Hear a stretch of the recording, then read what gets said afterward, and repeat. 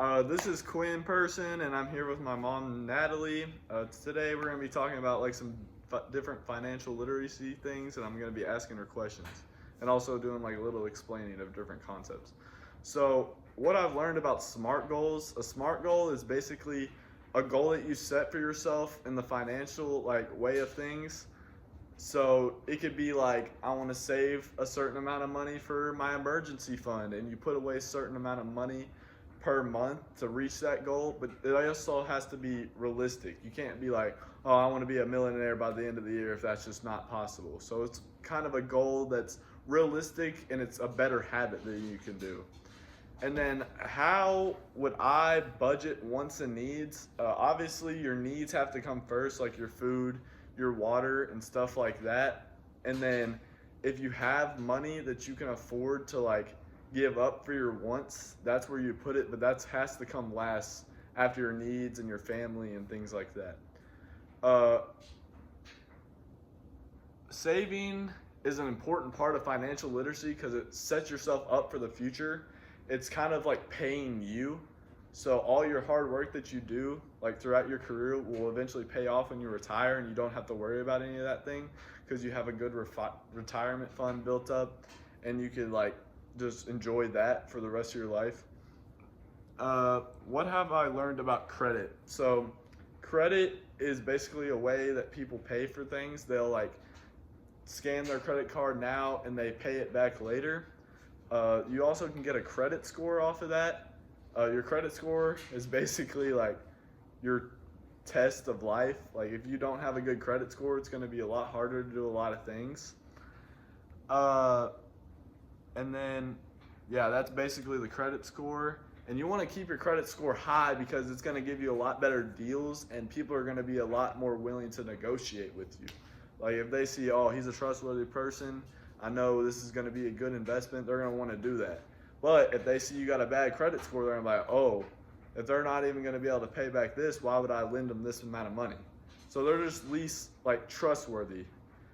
And then PITI is kind of your overall payment for like your home. So $400 may go to your mortgage, and then you might have like an extra 100 to pay for your lights. So it's kind of like all adding up.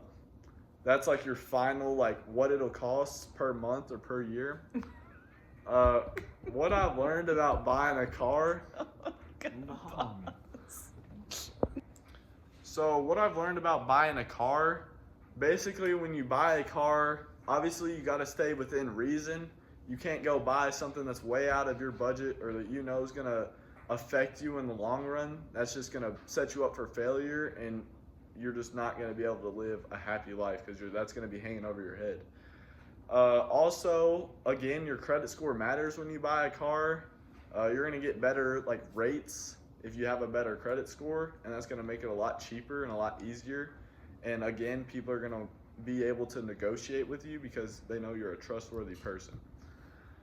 And then, what did I learn about filing taxes? So obviously, you got to get taxed off like the money you make and stuff.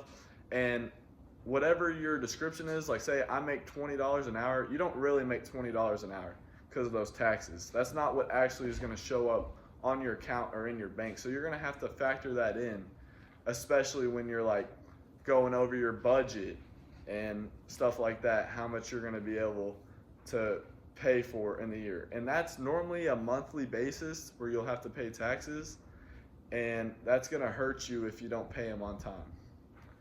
And then, Mom, what is one thing that you wish you would have known about financial literacy when you were my age?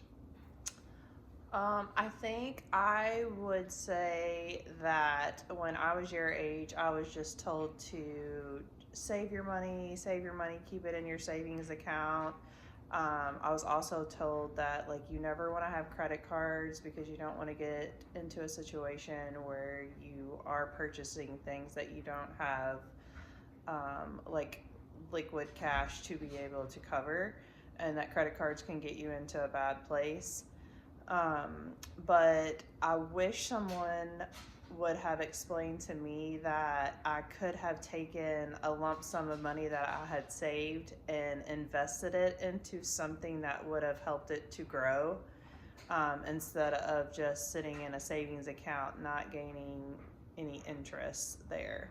Because there's a lot of different ways that you can take money and invest it in ways that will make that money grow for you. And that was something that I didn't know about when I was younger. I also wish that somebody would have told me the importance of gaining credit, because credit cards and things that involved credit were always explained to me to be very bad. And when I got out of college and had my first job, because I never had credit cards, I couldn't go purchase a new car by myself. I had to have my dad co-sign on it because I didn't have any credit. So I wish someone would have explained to me that, like, maybe just having a credit card and just putting, like, $100 worth of groceries on it every month, knowing that I could go back and pay that off at the end of the month, would have helped me to gain credit. I would have been in a different situation when I went to go and try to purchase my first vehicle. And then, what advice would you give me about the choices I make with my finances, like right now and in the future? I think that what I would hope for you is, as you start getting into having like your own first job, which you have, I want you to understand the value of enjoying your money, but also keeping and saving a portion of your money. And so I think if you got into the mentality of every month, I would take this percentage of my paycheck and I would save it, because you don't really have any like true expenses right now. If you would save a good chunk of your income because you don't need it, and then take a small percentage of that income every month and enjoy it and do the things that you would want to do, I think you would be really surprised over the course of like high school or whatever it is, how quickly you could save a really large amount of money right now while you don't have bills and expenses that could potentially benefit you later on in your life when you do have those bills or expenses. All right. Good stuff. Go team.